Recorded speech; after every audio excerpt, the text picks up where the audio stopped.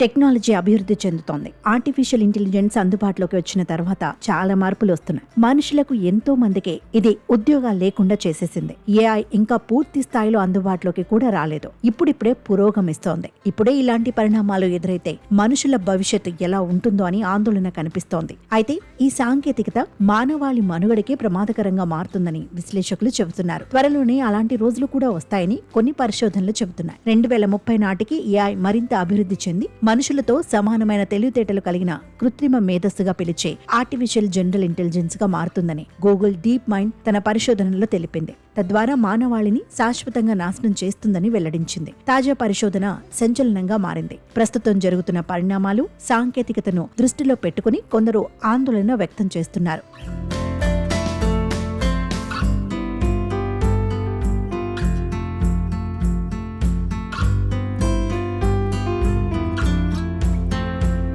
అయితే ఈ ముప్పు ఎలాంటిది, మానవాళి మనుగడకు ముప్పు ఎలా వస్తుందనే విషయాన్ని మాత్రం క్లారిటీగా చెప్పలేదు.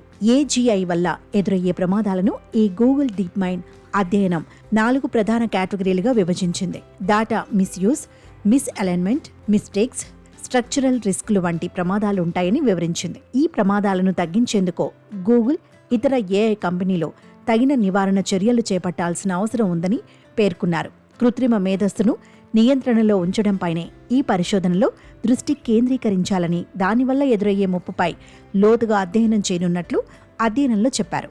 కాగా మనుషుల కంటే ఎక్కువ తెలివితేటలు కలిగిన ఏజీఐ రాబోతోందని, వచ్చే 5 నుంచి 10 ఏళ్లలో దీని ఆవిర్భావం ప్రారంభం కావచ్చని డీప్ మైండ్ సీఈఓ డెమిస్ హస్సబిస్ 2 నెలల క్రితమే స్పష్టం చేశారు. ఏజీఐ అభివృద్ధిని పర్యవేక్షించేందుకు ఐక్యరాజ్యసమితి లాంటి అంతర్జాతీయ సంస్థను ఏర్పాటు చేసుకోవాలన్నారు. అయితే ఏఐకి మరో ముందడిగే ఆర్టిఫిషియల్ జనరల్ ఇంటెలిజెన్స్. ఏఐ ఇచ్చిన పనులను మాత్రమే చేయగలుగుతుంది.